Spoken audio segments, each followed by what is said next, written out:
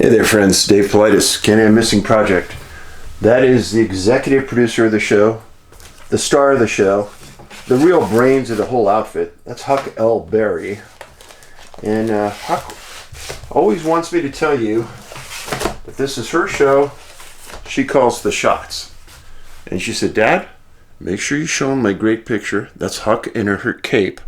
Actually, it's a flotation device when she goes out on the big water on the lake. But she's quite the star, yes. She's got a very small ego. She's very humble, too. Yeah, she's a good girl. She's a good girl. Oh, yes, sir. Scratch me, Dad. Oh, yeah, you're a good girl. Yes, a good girl. Yes, a good girl. Yes, a good girl. She was just asleep there a second ago when I was preparing, and she had her paws thumping on the ground. She was chasing something. Squirrel, bird. What were you chasing in those dreams, huh? What were you chasing? Yeah, you're a good girl. Yeah, you're the best girl, yeah. Yeah. I'll leave you alone. You go back to sleep, okay? Oh, big yawn. Yeah, big yawn. Friends, please go watch Missing 411, National Parks, Washington State. Yes, those are UFOs next to Mount Rainier. And yes, the movie may surprise you, but you can watch it right now on Amazon for next to nothing. You can rent it. And if you do watch it, please leave a review on Amazon and on IMDb. I am like Mary DB. We need reviews on both places. Now, the show's an interesting one, I think. Not your normal boring Dave show, okay? But before we get into that, some news. We've been talking about bears lately. Let's keep that theme going. This just was released within a couple days ago. Elite Anchorage trail runner was the person mauled by a brown bear on a hillside trail. The runner, attacked by a bear on a popular Chugach State Park trail last week, was Claire Rhodes, a well-known Alaska athlete who praised the effectiveness of bear spray she carried. The attack left Rhodes with what she described as relatively minor injuries. It occurred Thursday morning on the Wolverine Bowl Trail, accessed from the Prospect Heights trailhead. Rhodes, a 3-time back-to-back Mount Marathon winner who races internationally, disclosed that she was a runner involved in the mauling in an Instagram post Saturday. Mount Marathon. I wrote a story about a man that disappeared on that run, was never found, and was last seen at the top of the hill. He checked in. He was going to run straight down to the end, and somewhere between A and B, he disappeared. It's a very, very strange story going on.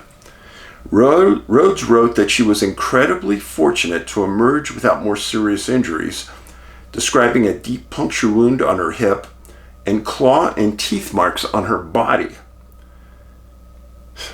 At risk of sounding dramatic, but being totally honest, the moment felt like a nightmare come to life, Rhodes wrote.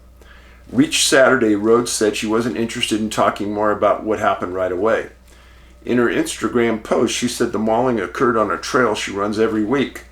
She also said she didn't want to rehash the encounter on social media. Why not? Maybe she could help people. Running in the Chugach is where I feel most at home, Rhodes wrote. It just so happens to also be someone else's home too. And despite all the precautions in the world, it's just a risk that a lot of us choose to take to live life in the way we live and love. By Monday, the story was beginning to make the rounds in running magazines and in foreign outlets. Rhodes was carrying bear spray, which officials said used during the attack. She made it back to the trailhead herself, the Alaska Department of Fish and Game has said. Firefighters met her there. She declined an ambulance ride and left in a private vehicle, the Anchorage Fire Department said. Wildlife biologists interviewed Rhodes and went to the site of the attack to look for the bear and collect samples. It wasn't immediately clear how the attack will affect Rhodes' training and racing season. A 100-kilometer alpine ultramarathon, the CCC in Chamonix, France, is the only upcoming event listed on her running and coaching website. Rhodes in her Instagram post said she was preparing for a race in Europe before the end of the month. She wrote that last week was supposed to be a big week of training that turned into a big weekend of couch time, but expressed gratitude that she wasn't badly hurt. And she said, yes, bear spray works. That is a phenomenally lucky woman.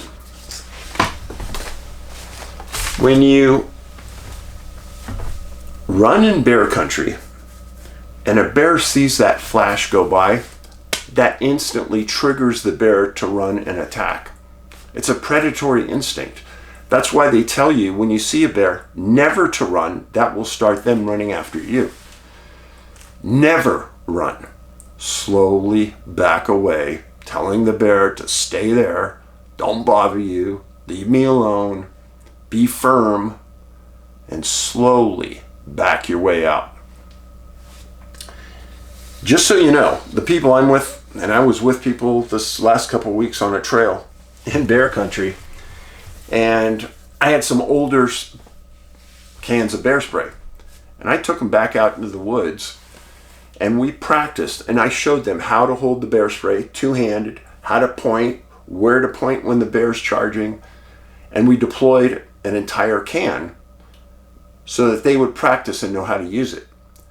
And I told them, don't be afraid, deploy that bear spray because I'm going to be right next to you with a 10 millimeter looking right at that bear. And it crosses, if that bear crosses the imaginary line, I'm going to load 15 rounds into that bear. Everything I can. I'm hoping the bear spray worked. Luckily, we didn't experience a bear, but you prepare. And for me to take somebody into the woods who's never had a familiarity with bear spray, that would be stupid. Now, in my humble opinion, this young lady is very, very lucky because not every bear responds to bear spray. It's true. And she was extremely fortunate that it did. So I'm thankful she's okay. Now I know she's going to go right back out there and run again. I wonder what will be going through her mind as she runs through that exact same spot next time.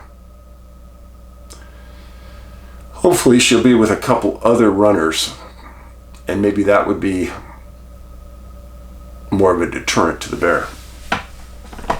Okay. Talk to you about two different cases today. And they're both berry pickers that disappeared. Yes. First case involves a man named Daniel Yeigh. And you spell his name Yeijh. Missing August 11th, 2023. Just 3 years ago. There's Daniel. That's his driver's license photo. He's born in Oregon. He has prior addresses in Alberton and Missoula, Montana, Pasco and Clarkston and Kennewick, Washington, Orofino and Kamiak, Idaho, Phoenix, Arizona, and Dillon, Montana. He was last seen wearing a green shirt, Levi's, and this is funny because when I first started to do berry picking, this is exactly what I used. And he had a Folgers coffee can tied to his waist for the berries that he's picking. Yeah, I get it. You kind of tie it around your waist and you go up next to the berries and you're just kind of rubbing the berries right into the can. That's how you do it, as fast as you can. He was last seen at 1 p.m. on August 11, 2023, 20 feet off of Forest Service Road 500, 3.3 miles from Canyon Junction, Idaho. Now he's a resident of Kuskia, Idaho. Now, I should mention something right now. If you've read Missing 411 Idaho, this is right in the middle of 3 cluster zones I've identified. Oh yeah, this area is very hot. So Canyon Junction's right here. Here's Orofino, Kamaya, Grangeville, Elk City. This area right here has over 12 people that are missing. And that's not a huge area, folks. Selway, Bitterroot Wilderness. This is the state line. Montana here, Idaho here. Hamilton, Stevensville, and there's Missoula right there. So, I can tell you for a fact, I've been to this area, I've gone there, I've hiked through it. It is unusual, to say the best. I'm just laying the facts on you, folks. I can't explain to you why so many people are missing there. Just the facts. It is a huge elk hunting area on top of all that. Well, on August 11th at 11 p.m., Daniel didn't come home and he was reported missing.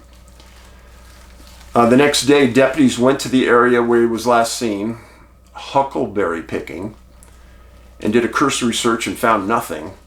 And then they located a witness who last saw him, and they made a SAR, search and rescue, call up. August 13th, Two Bear Air, that's right, from the airport near where I live. Two Bear Air is a air rescue service that's used to pull people out of the wilderness and take them to hospitals for free. They have paramedics on board for free, all sponsored and paid for by a local billionaire who's a paramedic himself. They have the best equipment in the world. They have FLIR. They have everything on that helicopter. Well, Two Bear Air made the flight over to Idaho, and they searched for 2 days. And they've got FLIR. They didn't see anything. 45 search and rescue ground pounders. They did a grid search. 5 different dog teams responded from around the state. Latah, Lewis, and Idaho County dogs all shared in that search. Idaho County Posse was the primary search and rescue team on the effort.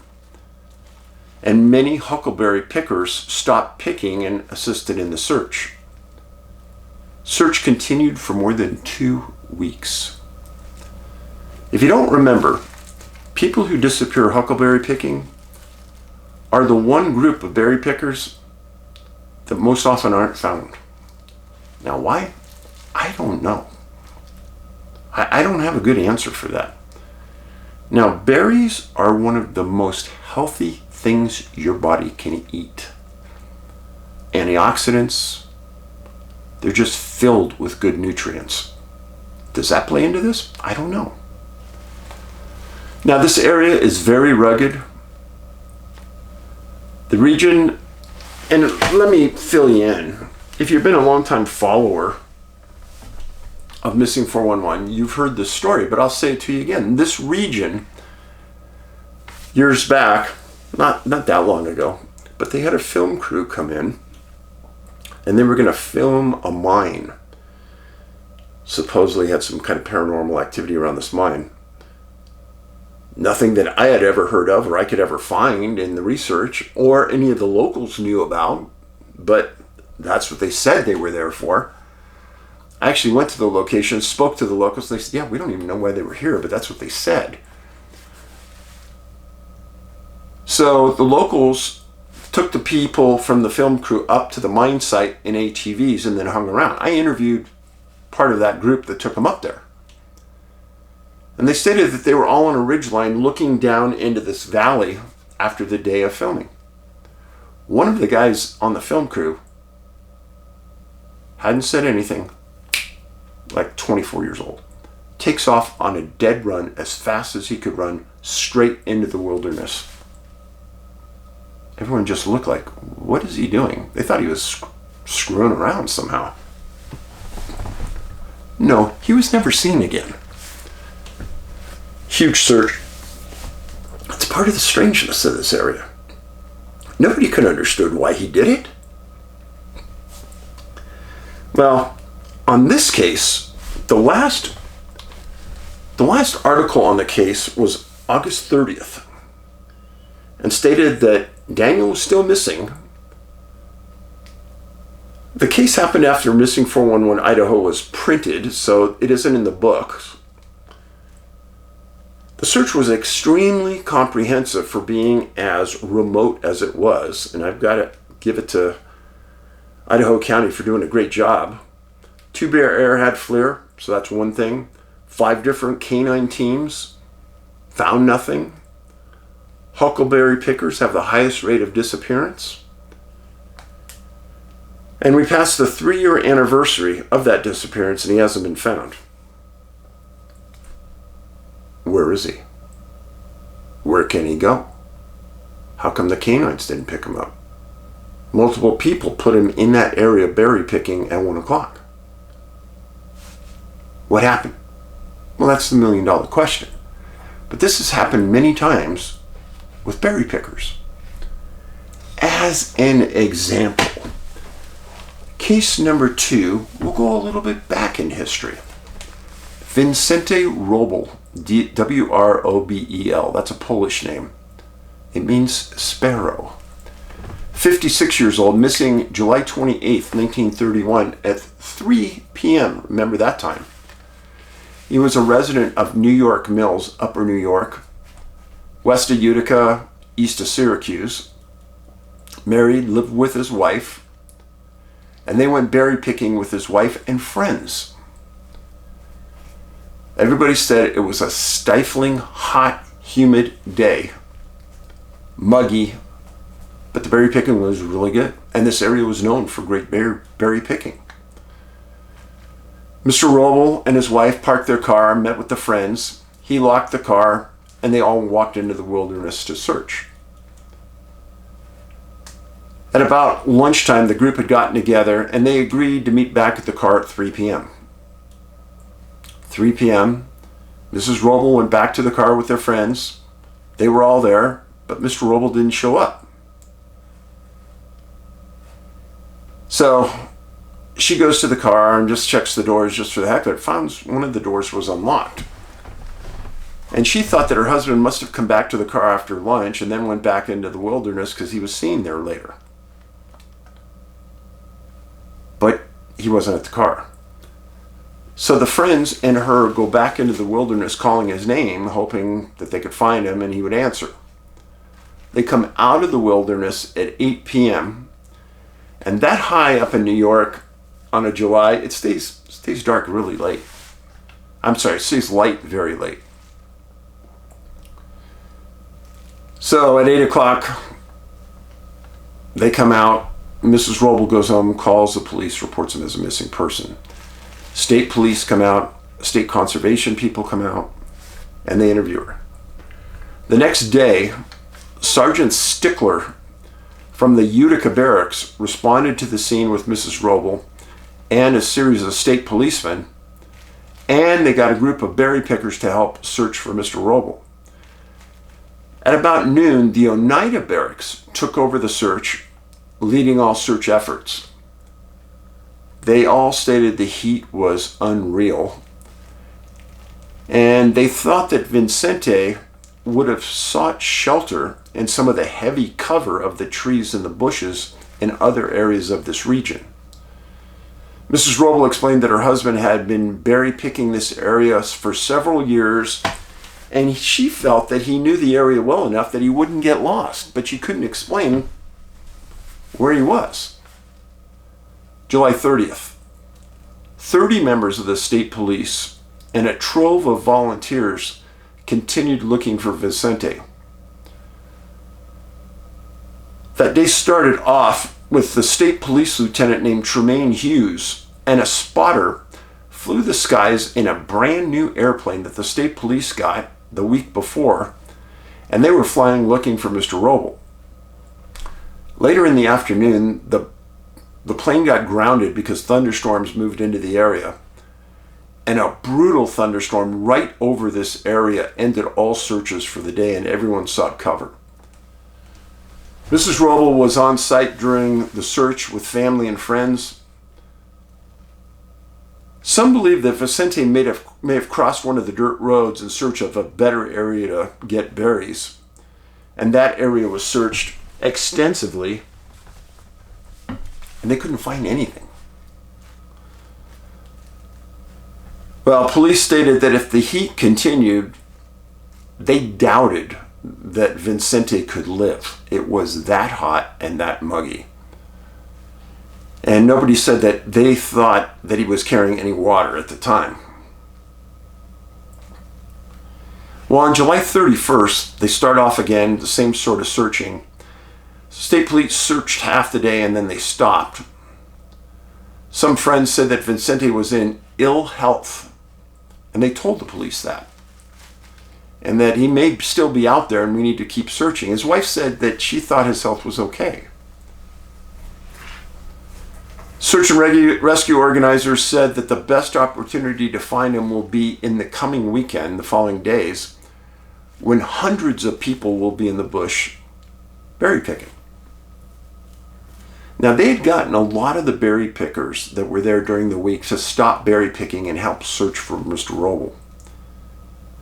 But this area had region-wide notoriety for the great berry picking, so they knew that hundreds of people would come. And even if they weren't searching for Mr. Wrobel, they would still be out there in the bush, and if they ran across him, they would obviously help him. And maybe some of you from upper New York that are berry pickers could chime in about how bad the heat can get in this area in August during berry picking season. They made special notation how brutal it was. August 1st, an unidentified man in Syracuse was killed and ran over by a train. Police couldn't identify him, but a couple days later, they confirmed that it wasn't Vincenti. They thought for a while it was, and they kind of made a big deal about it. The police said that they had 500 searchers on August 1st and the airplane up for half the day looking. They stated that they got almost everybody who was there berry picking. When they asked them to search, they said sure. That's a good group of people. You don't find that all the time. August 2nd and the 3rd, massive numbers participated in the search and rescue. The plane was up a large portion of that time, and they weren't getting anything. They hadn't found anything, nothing. August 4th, all search efforts were abandoned. Every foot of the sand plane was covered, they said. Every foot. Then a report came in that a man reportedly saw another man at a local railroad station asking for the next train to Allensburg. This man said that he was going to go there and look for work in the mining industry. Well, the witness said, hey, there's no mines in Allensburg. He goes, well, I was told that there are some new ones and I'm going to go there anyhow. Some people said, oh, that might have been Vincenti. It was never confirmed. It was another one of those rumors. And as I've told you many times before, misidentification on these big cases that have a lot of notoriety is really normal, unfortunately. And it gives police a lot of false leads.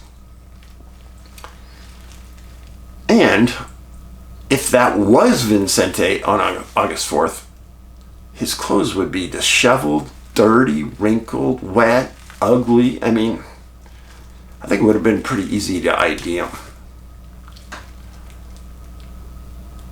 Well, over the following 2 weeks, hundreds of volunteers stepped up and continued searching, and the family put up a reward which kept searchers out in the field. I went forward 6 years in the research. Vincenti was never found. On a very sad note, the lieutenant that flew this new New York State Police plane in the search for Vincenti, he and his spotter died the following year when they crashed that plane. Dangerous times. Now think about this. Vincenti walked out into the bush with his wife and his friends. And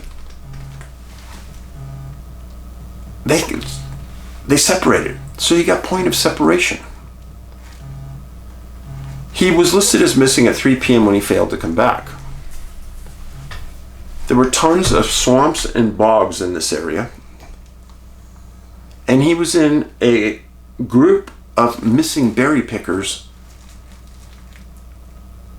And he's part of that group in that upper New York area that have been missing. And there's a cluster of people in that upper New York that are still missing. Again, I don't know what type of berry they were picking because it never stated, but I'm sure some people out there know when you chime in. But I can only imagine Mrs. Wrobel going home alone, knowing that her husband's not coming back. Again, I tell you, if you go out berry picking, stay within earshot of each other.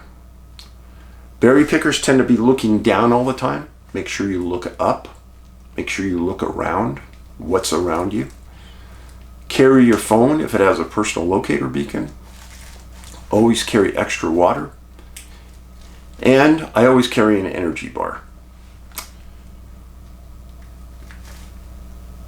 In the last couple videos I've made, I haven't emphasized the need for kindness.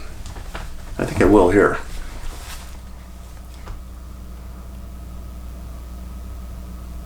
We are in a world right now where many people think our souls are being attacked. Our spiritual realm is being attacked. And the number of suicides right now is off the charts. Just recently, a young actress died of an overdose. Question is, was it suicide or just an overdose? I don't know. I can tell you that when people look for an escape using drugs, I feel bad about that. The world's a beautiful place. Tomorrow could be way better than today. If you ever think about taking your life, you will miss out on the best opportunities you have to better yourself. Because you don't know what the following days are going to happen and what opportunities may lay in front of you. And if you take your life, that pain you're experiencing in your heart right now, that will end for you. But that pain will just get transferred to your friends and relatives. And that pain continues. How do I know that?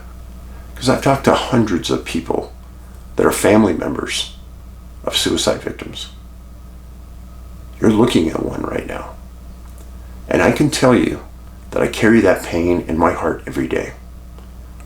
I think about my son every day. I don't blame him for taking his life. The pain must have been excruciating. But don't you lay that pain off on someone else. Seek help. Help is available. Call NAMI, N-A-M-I. Look them up. They are an outstanding organization and they will help you. Compassion, kindness, and empathy. Those are the keys. Paulides out.